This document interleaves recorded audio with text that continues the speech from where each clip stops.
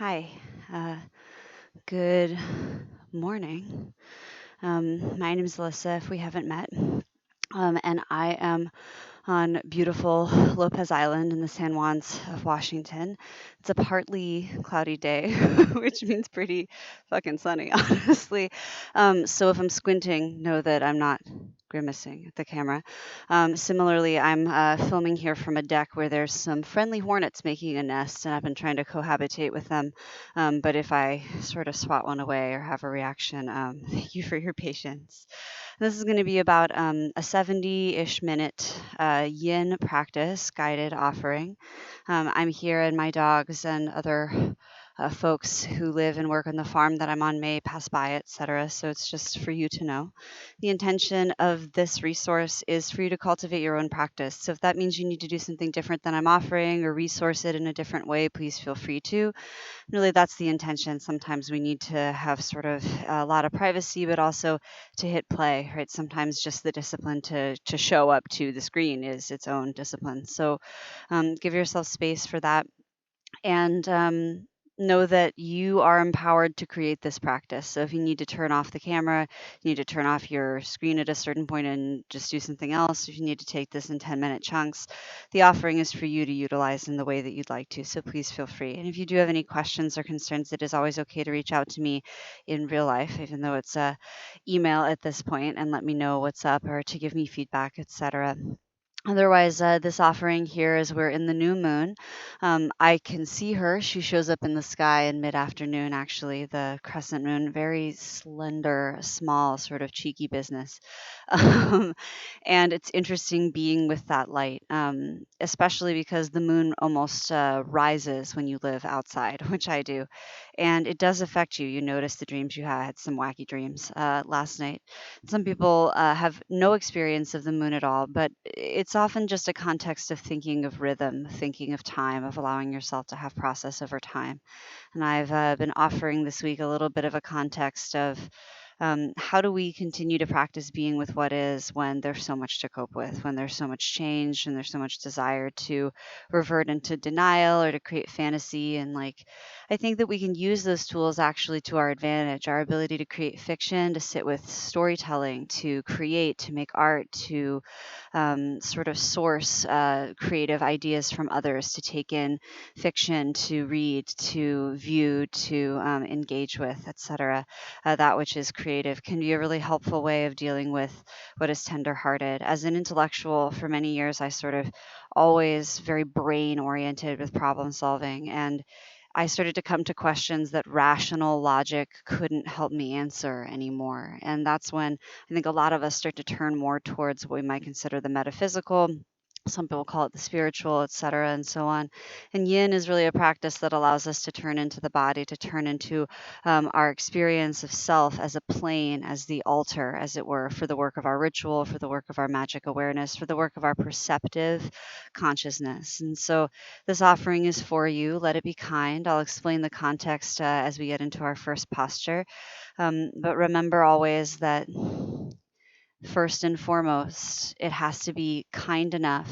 It has to be uh, structured and supported enough that you can be with it. So remember that there's no shame in having to build a different house for your experience to live inside of, even if nobody else is taking that construction process down around you.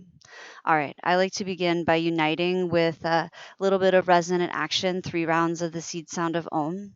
I offer you Om as a secular chant, acknowledging the interconnection between all things and thus our empowerment, our efficacy inside of that network. There's a lot of feelings and a lot of different cultural contexts around chanting. So, if for any reason at all it isn't for you, please feel free to sit with us in presence instead. No worries. The other context is you might be, a room away from a sleeping baby or something like that and not be able to make utterance, and allow yourself to experience sound from a silent perspective, regardless. Close the eyes if you wish, or let your gaze cast down to a spot on the earth. Let your hands rest in relative neutral, somewhere that doesn't draw too much unneeded attention towards them. And sit up relatively tall from the center of the heart, from the breastbone, the sternum. Let it rise. Let your shoulders drop. Soften your face and slacken your jaw. And often there's a resistance to arriving, I find from myself in the here and now, resistance to the experience for fear of it, honestly. And so just acknowledging any sort of gentleness that's required, any sort of softness with what is tender. How can you let compassion help you make space for yourself? To clear and prepare the energetic channel, take a big deep inhale in through your nose. And open mouth, exhale, HA. Inhale, prepare for Om.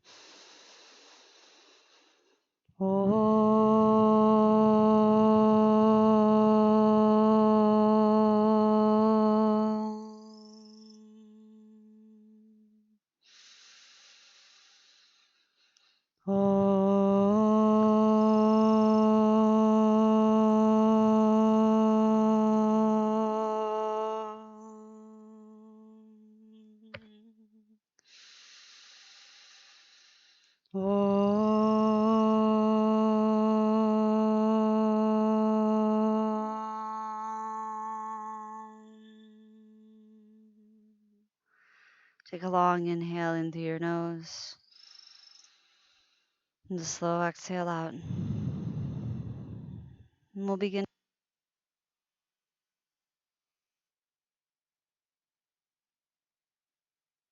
back is tender, or for whom we have a lot of tension in the glutes, hips, and backs of the hamstrings, sitting up at the edge of something may help you. If you have a yoga mat, you could roll it up. Folded towels are sometimes a nice way to make things modular because you can set the height differently pretty quickly by unfolding and refolding. I have this big old anatomy book that I bought at the Capitol Hill Flea Market last year. Maybe it was 2 years ago. Wow. Time flies. And it's set up so that you can tilt your pelvis. You might let your tail stick out. And especially if you feel like there's a lot of tension behind your knees once you do this, you might take books or again towels, or if you have yoga blocks, and place them behind or underneath your knees and at whatever height. Like there's no sort of rules. It's where your body feels supported. For this version, we're going to keep the feet pretty long away from the pelvis, and more yang or active forms often to bring the feet in. And we're just targeting outer hips as opposed to inner thighs. That's the shift. And you might create a bolster, take a couch cushion and lay it down here to catch your torso and start to fold forward over your legs. And you can fold no further, hang your head. You can always catch your head with your hands using your lower forearms like stilts underneath your chin. Use a block for that purpose. And allow the body to round. You don't need to extend your spine. There's been sort of a movement against rounding in the last 15 years, but really rounding and extending are both lit, and we want to be able to do them both equally with efficacy, strength, kindness. Once you're in the shape, know that I will be coming in and out of postures to demonstrate entrance, and then often coming out so I can speak with you and be heard and attend to technical things, etc. And once you're in the pose, allow yourself to arrive and relax. And if you feel right away like, oh, I have to be really active here, there's no way I could be relaxed, you might change it. Support yourself more with props or sometimes move them out of the way. Usually the boundaries and obstacles are pretty obvious, and you're welcome to use your common sense to shift them. And then as you begin to settle into this shape, I'll talk a little bit about this practice. I have some experience teaching this, but I'm a pretty yang person or yang person. So when we talk about yin yoga, we're really talking about this concept of duality of yin and yang, and really of duality to focus on understanding non duality. To use the separation or polarity of two things to understand where they connect in the middle or where their likeness or continuity exists. And so, yang or yang, I always say it wrong, but I believe yang is the right way to say it. I'm sure there's still a lot more language work that I need to do around it. But the yang idea is really more culturally present, at least. As we've seen it so far, this idea that things are active and busy, and productivity is how we create value for ourselves and value for each other inside of our world. And it's often reaction. It's what is hot and active, and solar, what is busy. And so yin is oppositional work. We're doing work to know where our softer edges are. Yin is a quiet side of things, the lunar side of the context, the dark side of the moon, the shady side of the mountain. Yang tissues are more like muscle and blood, even though I think they're really all yin. But this context more of the idea of what is manifest, the things that are denser and heavier, and working with that as opposed to, from what I understand in my reading, actually, yang is really like the part of it that animates, right? It's the part that's moving, the part of action that is involved in what we're doing, and yin is the stuff, right? Just like energy and vibration, when things vibrate slower, they seem solid, right? So we're often really focusing just on the slower side of the wavelength, where there's also power, structure, stability. That it requires gentleness. And so we utilize tactics or guidelines to keep it simple, but also so that we can reset our mindset out of our habituation culturally towards this other focus, this other way of being. We use three major tattvas, truths, or sort of functions of the yin practice. And the first is the edge.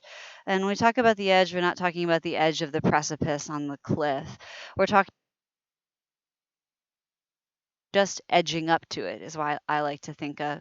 You might be at about 40 to 80% of what your yang range of motion is when you place yourself in a pose, and you'll use props to prop you up wherever that is so that you can let gravity affect you, muscle tissue soften, contraction let go.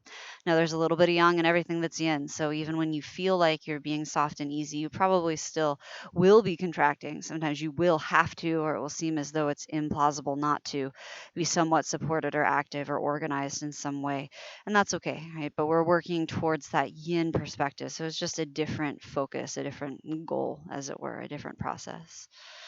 And you're always welcome to adjudicate that edge. If things feel violent, you're always welcome to change it, right? It doesn't need to be an immediate thing that you know, and it's often different from practice to practice.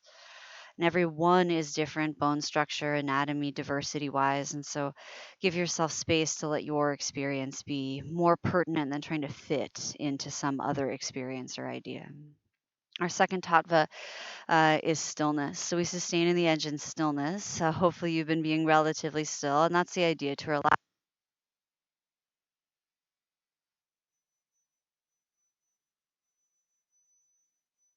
It's okay to try to keep that yin mindset. And if you're fidgety and you move a lot, then you might sort of make a kind agreement with yourself that you're going to hang out for a few breaths, 3 or 5, when you feel that impulse to shift again and see, do I really need to shift, or is this discomfort I can be with? And both are resiliency answers, whether you move or not. It's the offering to observe that is the yin point of view. And then your third tattva is time. So we sustain in the edge and stillness over the course of time. I'm keeping time on my phone up here. You're about halfway through your hold in this first posture. Today we're staying in postures a little longer. So that's good information. You might decide even to set your edge even further back so that as gravity affects you, you can allow depth to happen. Time creates depth, especially in our tissues, the pressure on our fascia, myofascia, our bones and joints. And pressure is really how our body responds, how we respond epigenetically, how we respond immunodeficiently, how we respond to our environment. We sort of were made here. We were made on this planet, on this earth. And so whatever experience you're having, no matter how unreasonable or unexpected it was, remember you were built for it to the best degree that you possibly could. And your adaptability, your ability to continue to be resilient is really phenomenal. And so, however you do that process, honor it, even if at first there's things that feel less performatively resilient along the way. They're part of it too. All right, as we continue through, know that I'll give you halfway marks in a lot of your postures. I'll give you final minute marks so that you know how to adjust and how to monitor your stillness, your space. I also just suggest that you use your breath. If things are uncomfortable, sometimes this is like getting a good massage, but like, something hits up against that dense, sticky spot. Breathe. Use Ujjayi Pranayama. Focus on deep exhalations if you can. And know that your discomfort is valuable. Friction is often the tool we're working with in yoga. So if you come up against friction, try not to see it as a failure, instead as a success, right? You figured out where the work is, you figured out where your kindness requires application. And even if it feels like you're digging the same fucking hole for a while, let yourself continue to practice, right? There's not a fixing going on around you, just a process of ever unfolding and becoming.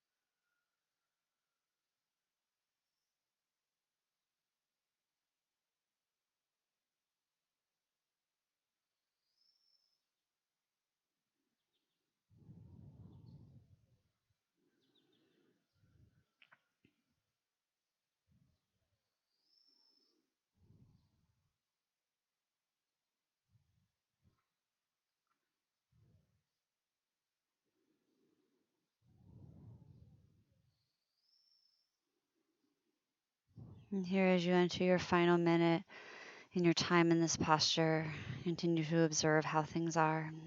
Continue to notice your responses and reactions. Remember, the work towards relaxation is valid. Right? Often we have a place where we know relaxation exists, like in sleep, or for me, it's in distraction, etc. You can sort of feel that, or seeking something different, a practice of being able to continue to be relaxed during action and experience, tuning in towards things, which is courageous and certainly difficult. Though I'm told the truly enlightened find it easy or of ease right away. I don't know. Maybe it could be easier.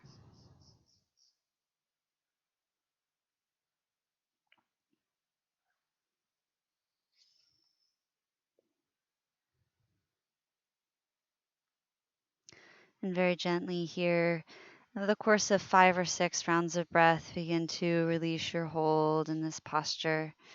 You can start to slowly roll yourself up, maybe dragging your head along the way.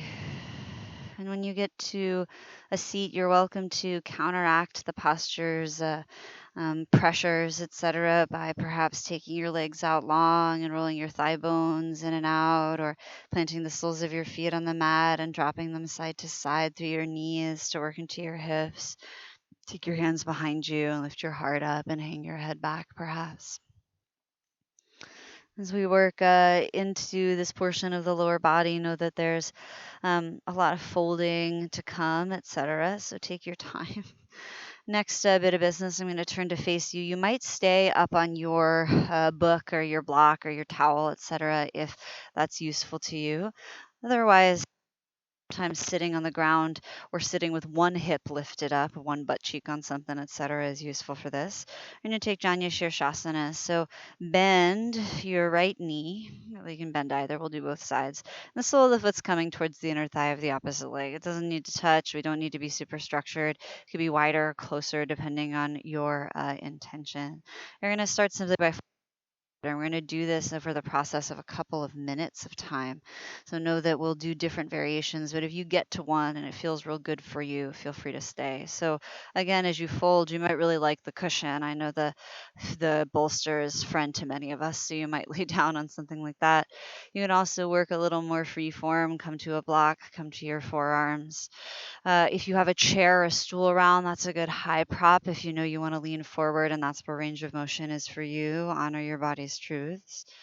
And hang your head if it's available. Relax your jaw. And always aim to be kind to your neck.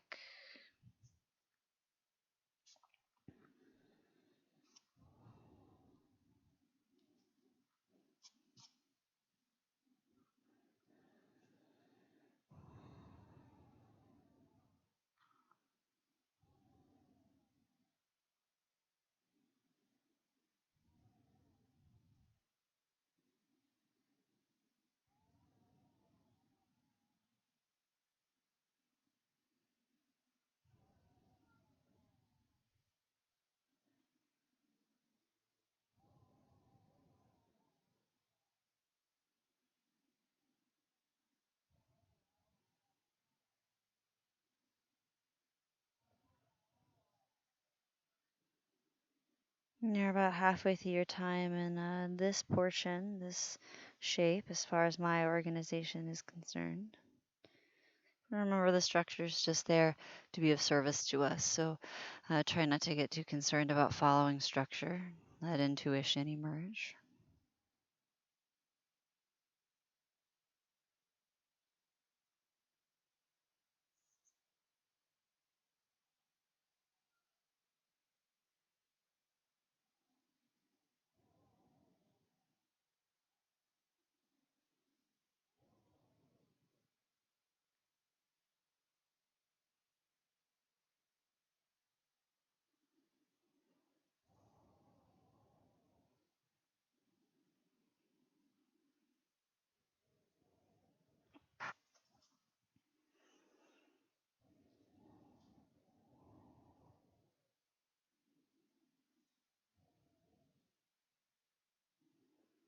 And continue to notice, to boomerang your awareness back to the present tense. Let yourself feel fully. And start to cultivate the circumstances in which you feel like you might be able to feel fully. Allowing subtlety to come forth as an advantage. And very slowly,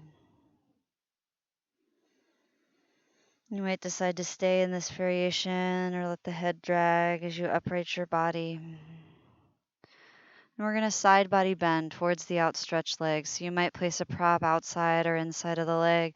I like to think about twisting, turning the chest towards the bent knee, your right knee, and then side bending over. So you might rest your elbow and hang your head. I like to take the top arm, turn the thumb down, bend the elbow like a half bind, and drop it behind my back softly, letting it hang out there so my neck can hang. You might need to support your head instead. You might be quite low to your leg, in which case you can decide whether you want to be inside or outside and keep on turning.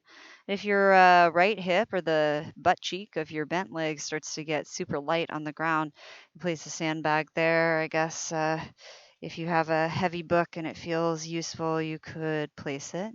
Just have enough old anatomy books, I guess. Relax your jaw, and again, we'll be here for about another 2 minutes, at a minute in, 2, 3 minutes in this shape, but you also could choose to stay here longer.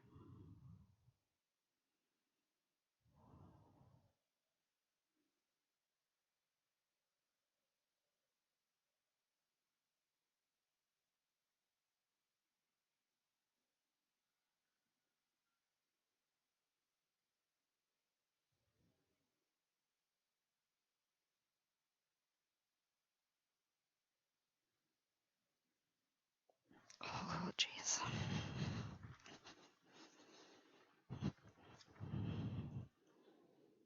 A few of my wasp friends fell, but you keep breathing and listening to your breath.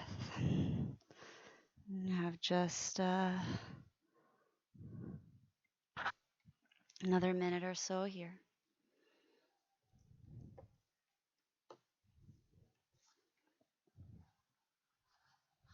Hi, Albert. Thank you.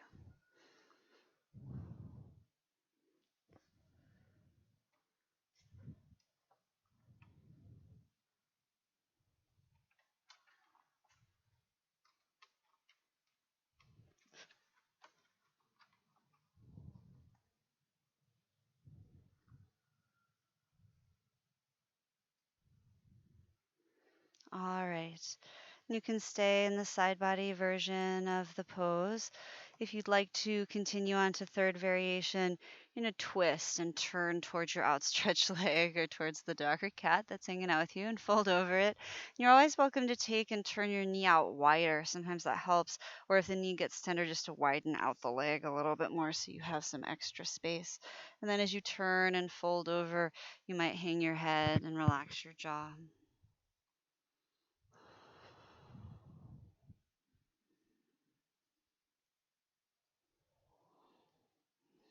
And I'll let you know the halfway mark of this last part. Staying in the leg shape a little extra long to move through these different variations. So if you're starting to feel tenderness or if you start to notice contraction, things start to feel like they're holding, notice what you can do from an energetic and attitudinal to soften and to allow relaxation to occur.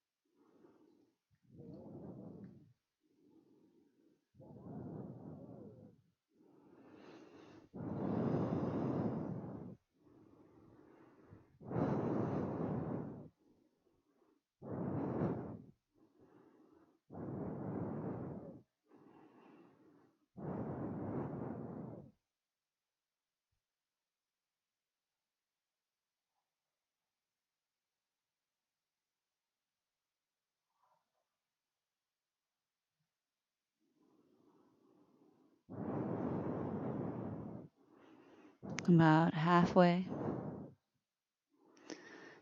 Especially when we work into these things with the hamstring, continue to seek softness unless there's an injury or something pertinent that you're addressing. Try not to flex your foot or straighten your leg from a muscle function point of view. You could even roll up a towel and put it behind your knee so that it was actively not all the way straight if you feel pressure in the back of the knee tendon or deal with instability based on hypermobility. Which even if you're hypermobile, you might not actually feel unstable in those spaces. And this is your last minute in this posture. Breathe. Notice any tension patterns creeping in, like the jaw clenching or the face scrunching, the wrists holding, etc.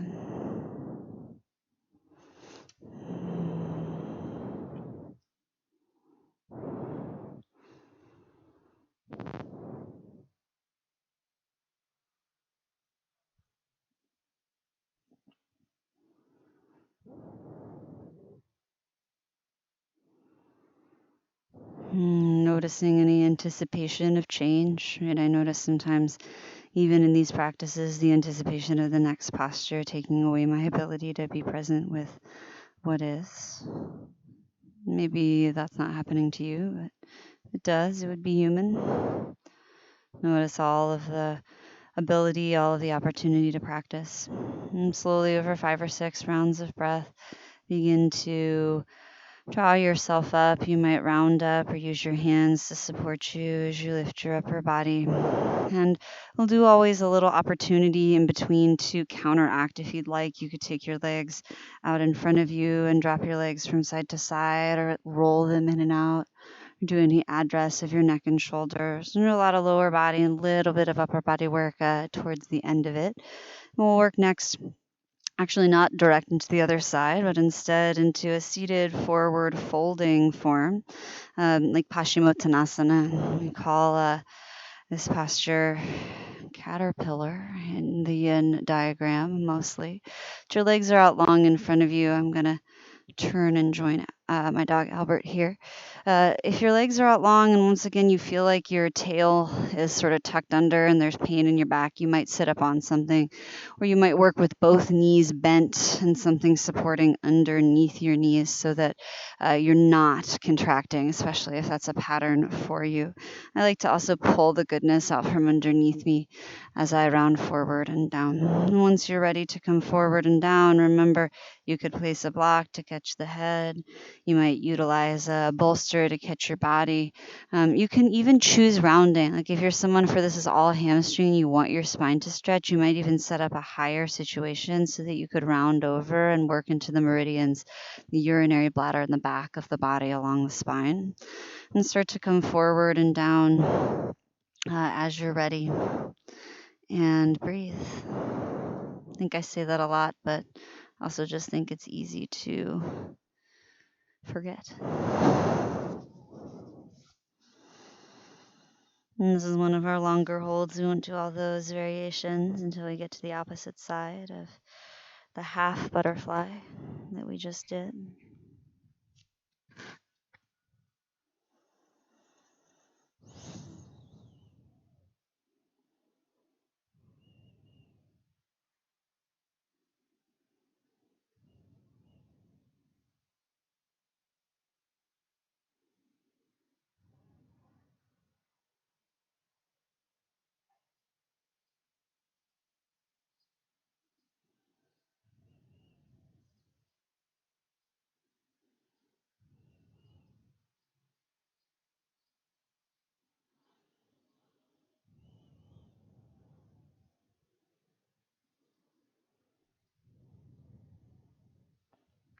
And yin, I think sometimes we've been told that not only about yin yoga, but about like all yoga, that you're just not supposed to feel anything, that you should feel no resistance. And that's a nice idea, but we are often practicing with the template of some skaras of patterns and knots and roots that we already have.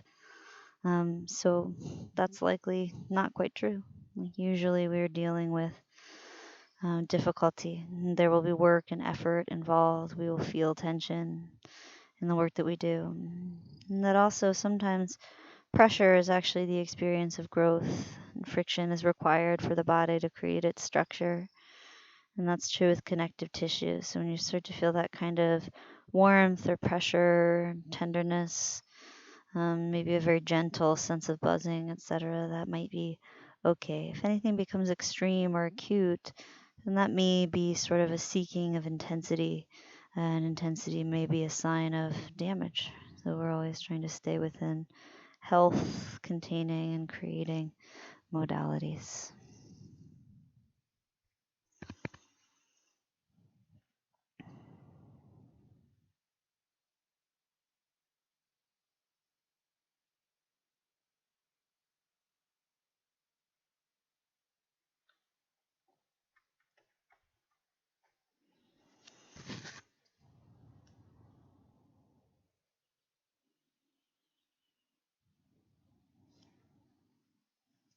We're about halfway through our time in this posture.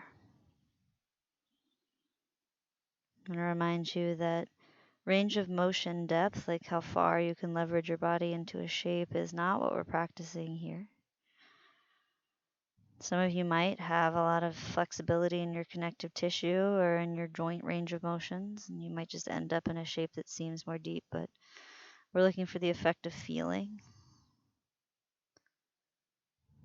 Though I do believe over time, the yin practice can help you create flexibility. Also, it can help you create structure where you need it. And structure where you need it often allows you to leverage flexibility elsewhere.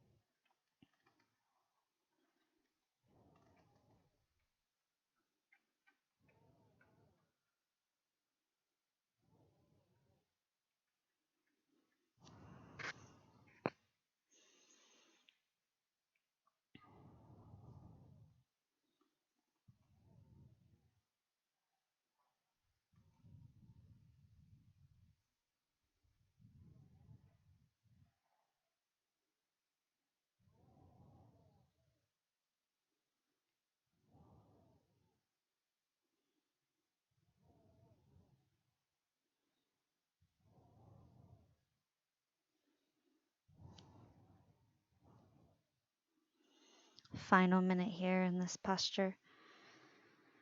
How could it be more of ease?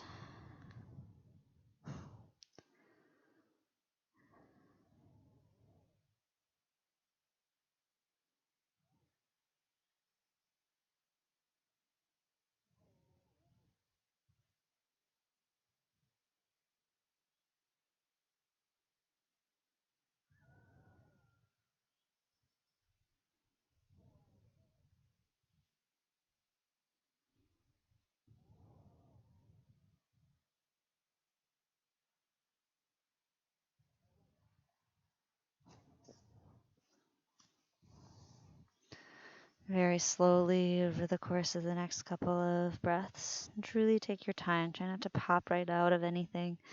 Let yourself roll up. You might drag the head, especially if it was resting upon something. Take your hands out behind you. Again, any sort of counteraction that feels good for you, honor it. Just be relatively gentle in your efficacy, really relatively slow with attention and care.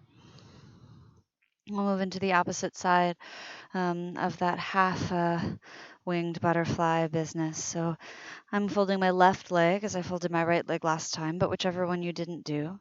And again, you might choose to utilize props to catch you over there. You might find that you need to create a little weight on the opposite leg or hip. You could use anything that feels relatively heavy and kind, like it might stay. I have a big book that I like to utilize. I've been sewing a sandbag by hand for a while. I'll get there soon. Um, but starting to find your way into a position where you can fold forward and down. We start by folding towards the front. You can set up a prop there to catch you. Sorry, I was setting us up for side bending. I'm so excited about doing it in a moment. You might decide you want to head to one of the other variations since you know what they are right away and be there for more time. We're working here particularly into this relationship between um, inner and outer thigh space, both turning in and out with our legs and lifting out and in, adduction and abduction, and how that sort of relationship is supported and influences in the low part of our spine and pelvis, our lower back space. And so different pressures will feel sometimes like a great sweet spot for some people. If that's you, let it be true.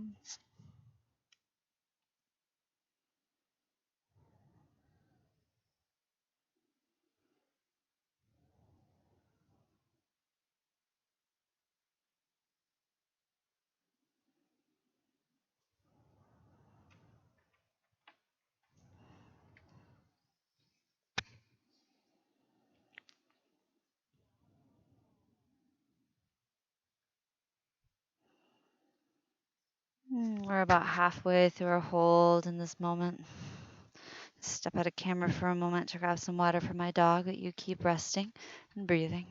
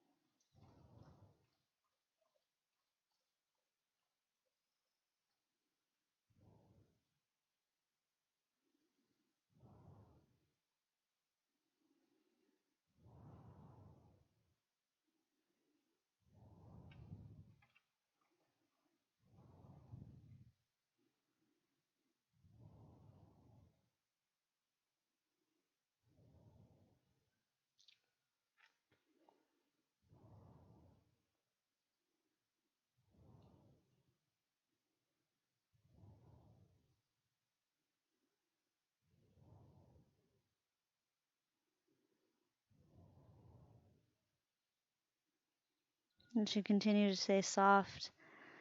You could stay in this variation, folding forward. You could start to move slowly, taking maybe 10 breaths to transition into the next variation of side body bending. And you might replace a prop to the side. I like to take the top arm and sort of turn it in, thumb down, bend the elbow, and hang it. You could always take a different variation. Some people like taking the arm over. I suggest letting your neck and head hang if it's available.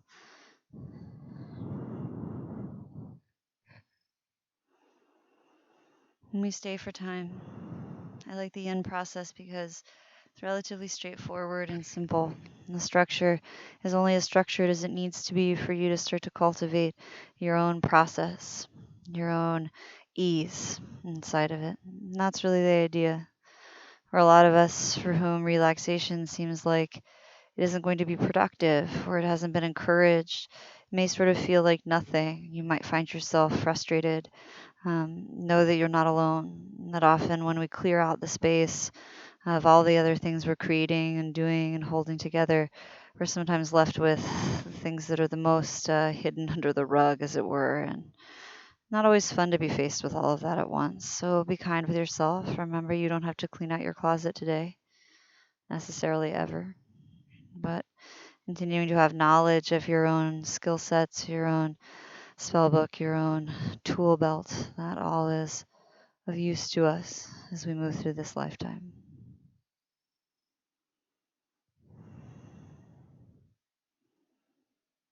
And you're halfway through your hold in this version, this variation of this posture.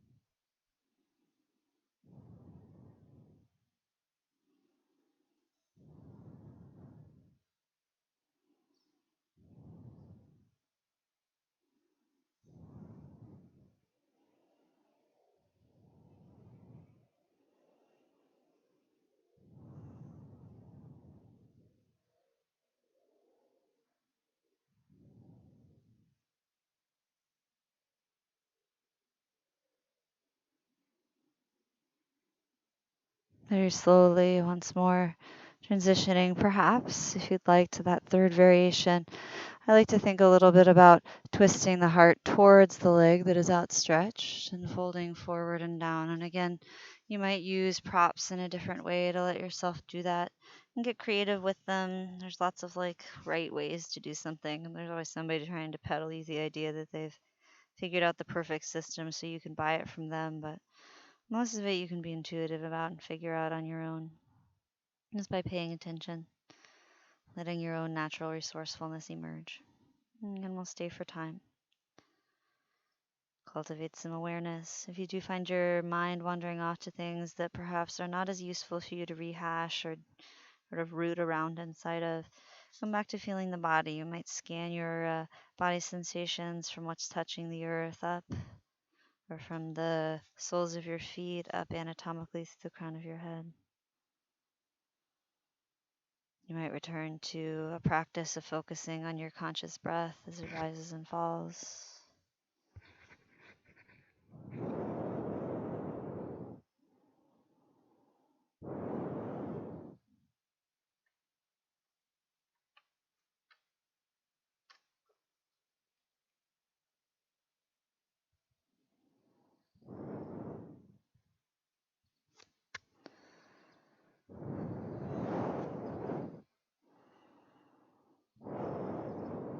Halfway.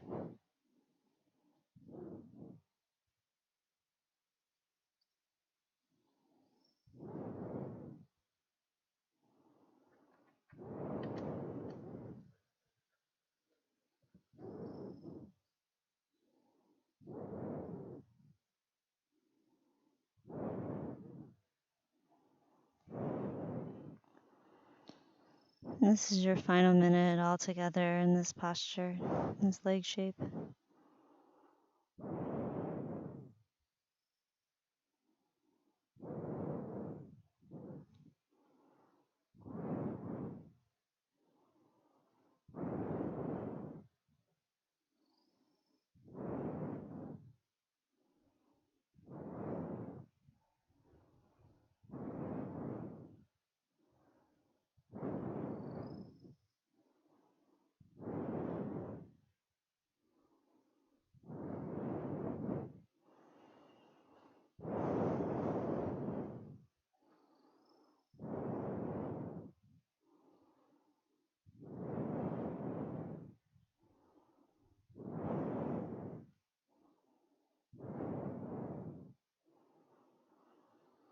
And again, with great slowness and tenderness, practice releasing your posture. You might drag your head as you round yourself up. Again, there might be counteractions, movements you feel like you need to take right away. Take your legs into a different shape. And people find that they need to come to child's pose or something along those lines to feel that shift. And if that's you, please feel free to do so. We're going to do one last seated forward fold before we move into some postures with our legs folded beneath us. And that is the wide legged fold. So take your legs up to be unreasonable, just wherever you feel like is relatively stable. And know if this happens to you, unless there's pain in your knees, it's fine. You can always set up a prop so that you don't roll in so far, give yourself support, a sandbag, etc., or a towel. And then you might stay upright. If you're one of my friends for whom this feels like you're rounded back, you can manually sort of pull your pelvis out and back, but you might also dig into your heels, press into your hands, and try to sort of turn yourself so your pelvis is more tail out behind you, just to the degree that feels good. And bending your knees is definitely recommended if you're doing that. You can stay upright and hang the head or let your head be neutral, or if folding forward and down feels good for you, and start to come down to the hands or the forearms. Props are recommended. Catch yourself with a bolster. Catch your forehead with a block if you wish. Relax your jaw. Sometimes seeing the crescent moon kind of reminds me of all of this sort of mythological iteration of the moon and the body. And thinking about the pelvis as a bowl and the many sort of half bowls and crescent moons that exist in its bony structure. It interests me as we make shapes with the pelvis and call them moon postures, chandrasanas, ardha chandrasanas of different kinds. How the accent of leaning towards the moon was also an idea of enlightenment. Right? Perhaps there were some magical plant allies harvested during the full moon, planted during the new moon. Perhaps we just found that these times affected how we were connected with nature, connected with, therefore, ourselves. However you experience your body, remember that you and the moon are not necessarily two different things. We practice non-dualism. We practice seeing connection. Right? How are you, the moon? And sometimes that takes a lot of imagination. And that work isn't always for us. Let it be as simple and straightforward as it needs to be. And what isn't a tool for you that's offered, have the wisdom to say, oh, that's not a tool for me, that's chill, not to get involved in it in any other way.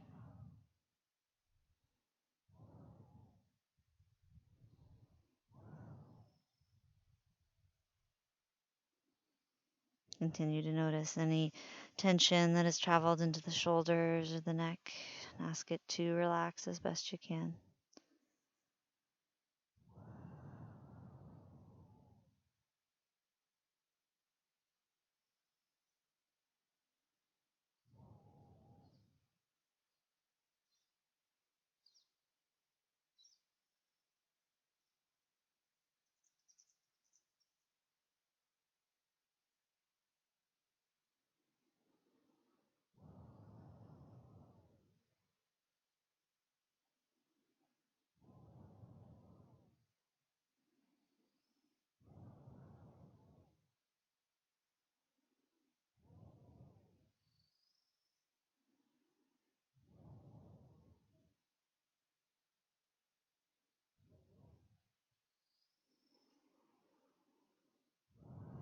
And this is your halfway point in this hold.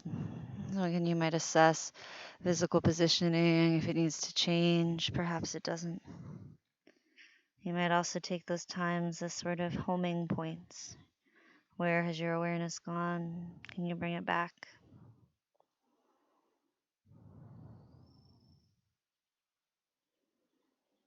We talk about the use of imagination, the creating of fictions to help us cope. It's in a certain way important to remember that even with the synthesis of sense information through the eyes and the ears, etc., really imagination or that fiction making is the cultivation or the integration of that information into thought and memory in the first place. So even what we think of as real has an effect on the way that we integrate our perception, our imagination. Imagination can be good practice for integration with reality. And it doesn't have to be images, it could be sounds, experiences, feelings, intuitions. However it is you already cognate and cultivate awareness, is right and good.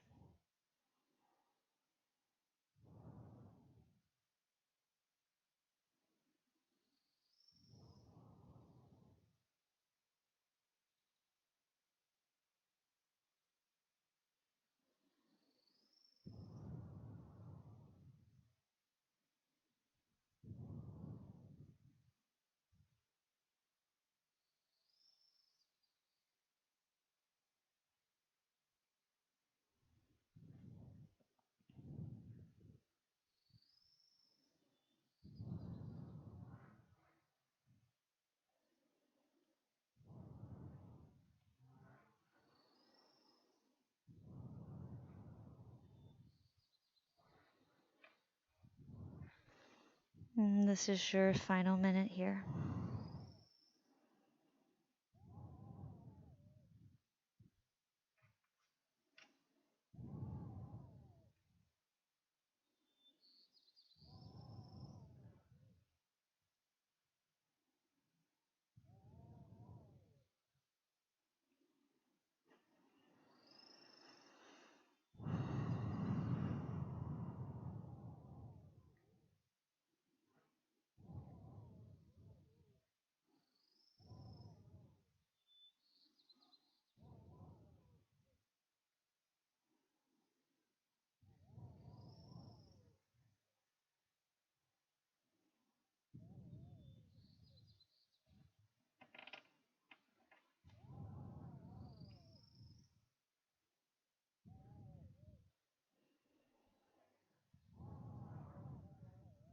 And very kindly and slowly, really do take your time exiting, feeling your way out the same way you felt your way in.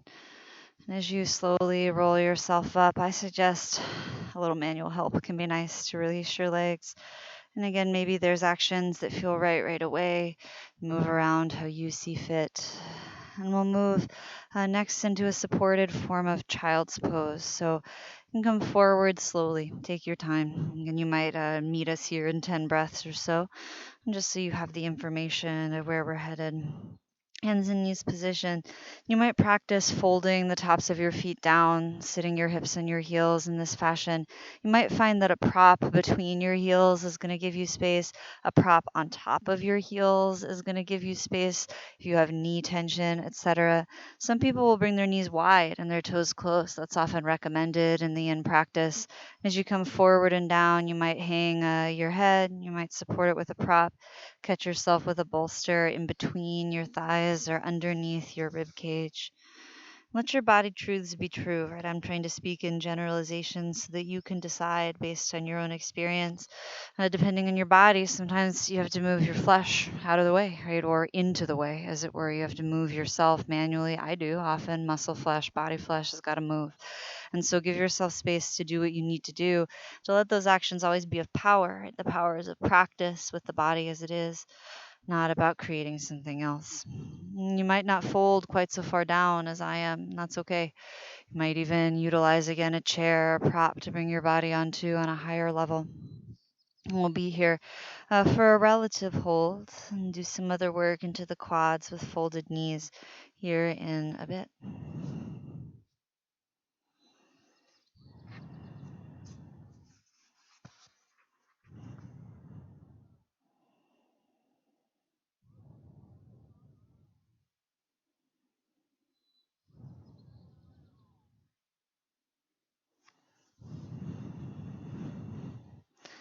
As you continue to breathe and let your body settle,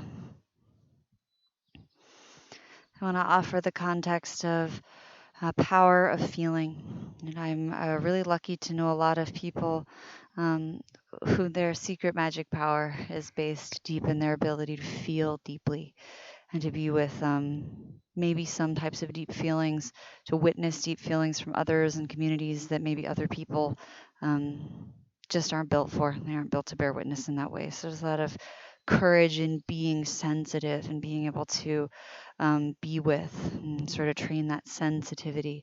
In a lot of ways, yoga is our sensitivity training. It also can be a boundary training business because we want your sensitivity to survive. So make sure that you're only asking yourself to be sensitive within the boundaries of work that are pertinent to the here and now, pertinent to your practice. I just want to offer also that ability to be tender-hearted, right? To sort of, I guess bleeding heart is the negative term for it, but to sort of feel fully passionate or fully involved, to have a big feeling in the face of so much pressure to not feel that way is courageous and a sense of power, especially if you can source that feeling as something that you're experiencing, something that's happening with you or around you or that you're collaborating with, as opposed to identifying that it is you, right? You are not what you feel, but your ability to feel, your ability to sort of dye yourself many different colors and know many different realities makes your perceptive ability powerful. So, the source of kindness, of gentleness as power is the offering. Let it be tender and continue to be kind the way you would as you bear witness to others. You're already about halfway through your hold here in the Palasana, the folded leaf, and child's pose with support.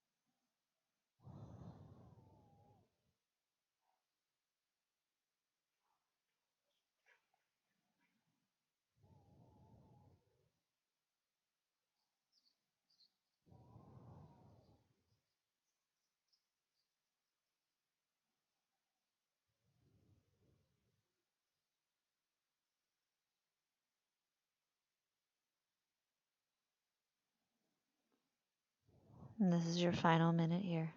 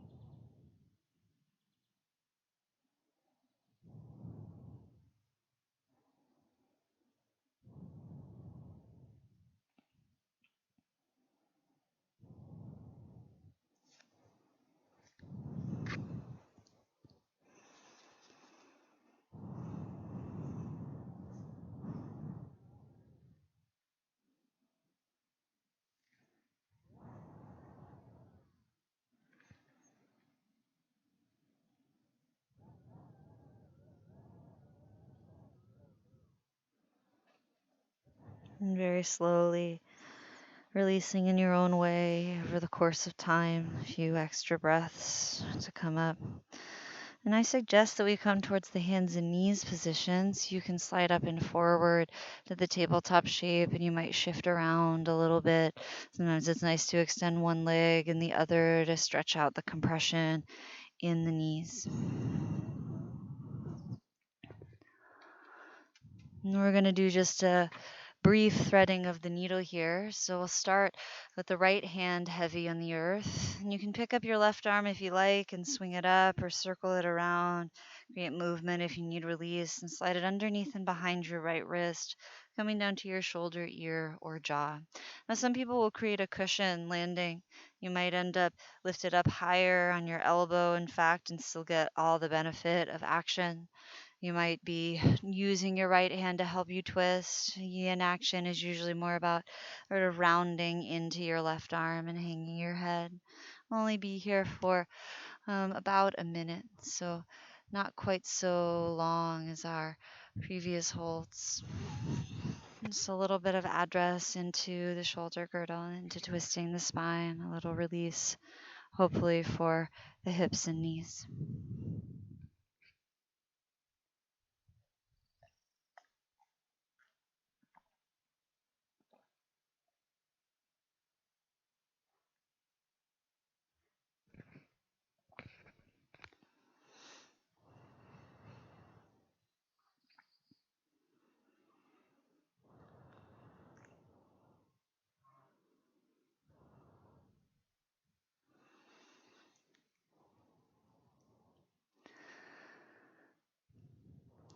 All right. Very slowly begin to return your right hand to the mat, creating stability for yourself. And you can release your left arm. You might come back to tabletop and take a moment.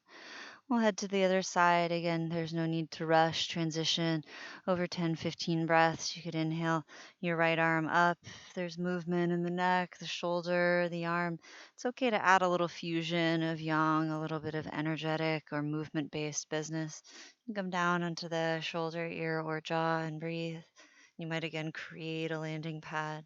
Sometimes rolling more down towards the arm is what we're looking for. Sometimes the twist in the rib cage towards the left is what we're feeling. Allow yourself to arrive and breathe and experience. Can it be yin even when there isn't as much time to stay?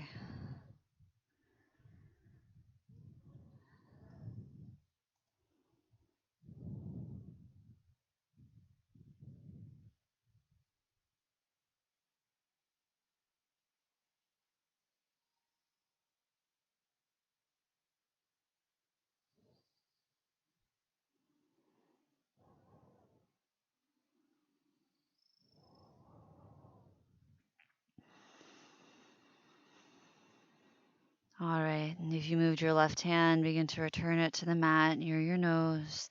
You might re engage the right arm out and then up if you wish.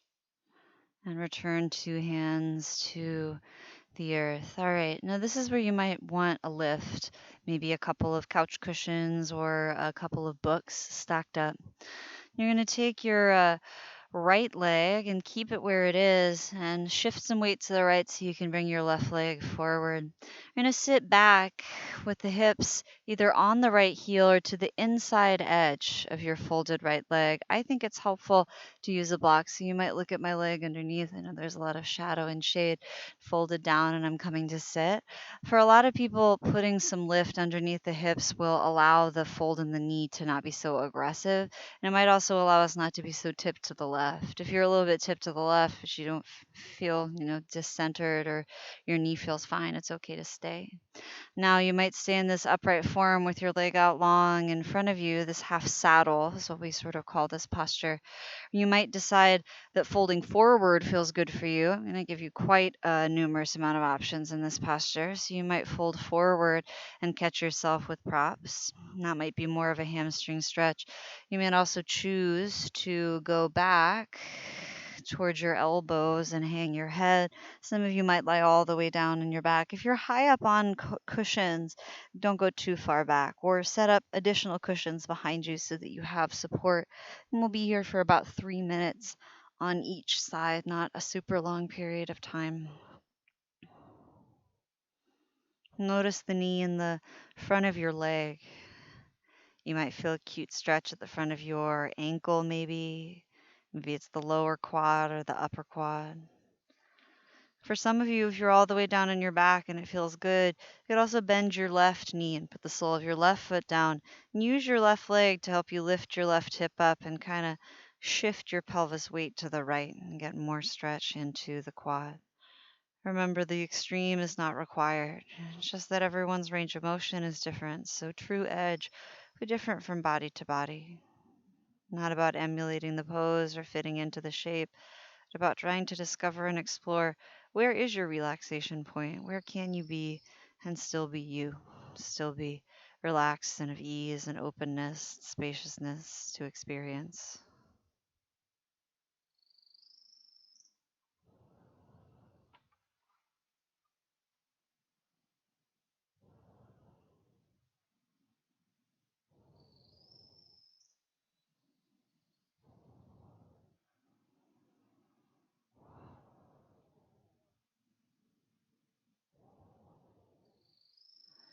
And then when you hit the edge, how are things there? Can you relax there?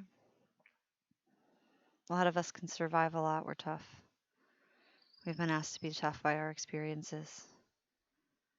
And it's okay to practice that too, sometimes. Remember also the opportunity to practice being of ease. Sometimes it takes a truly tough person to be soft in difficult experiences.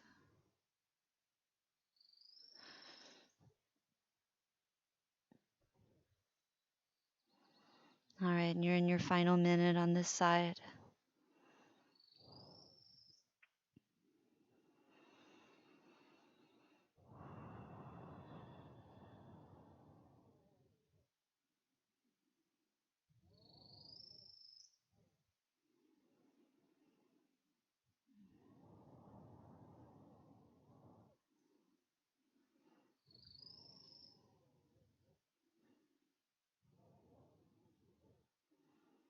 Very nice. And gently the interrelease. I'm going to suggest we come back to this neutral stance and start to bend your elongated leg and press into your hands and come back forward. Return to tabletop perhaps and take a few movements from side to side and around and about. Release anything that needs releasing, stretch out anything that needs stretching out. And then when you're ready, shift your weight to the left. You might even turn your left foot out to the left and bring your right foot forward and out long. And you can start to walk yourself back to sit onto or inside of your left leg. So you see this fold here. Move the block out of the way. Now, for a lot of us, it'll feel like we're turning to the right because the left hip won't come down, and it doesn't need to. Remember, we're just trying to find a bit of an experience that alleviates any undue acute pressure on any part of the body. So you could also place a lift underneath your right knee, keep your right knee bent. From this neutral stance, you could stay here. The yin work in the lower body is all happening and benefiting. And choose a folded forward version. You could go to your back and lie down in that half saddle business. You lie on the back, you might find you also want to bend your knee and bring the sole of your foot up to the earth, that you have additional space. Wherever you end up, allow it to be so.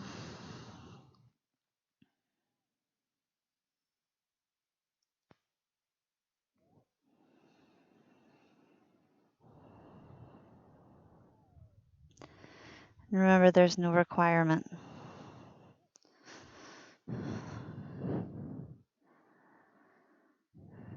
See if you can expand your opinion of what is valuable to include yourself, and then expand it to include everything. I believe that's the idea. Let me know how that's going.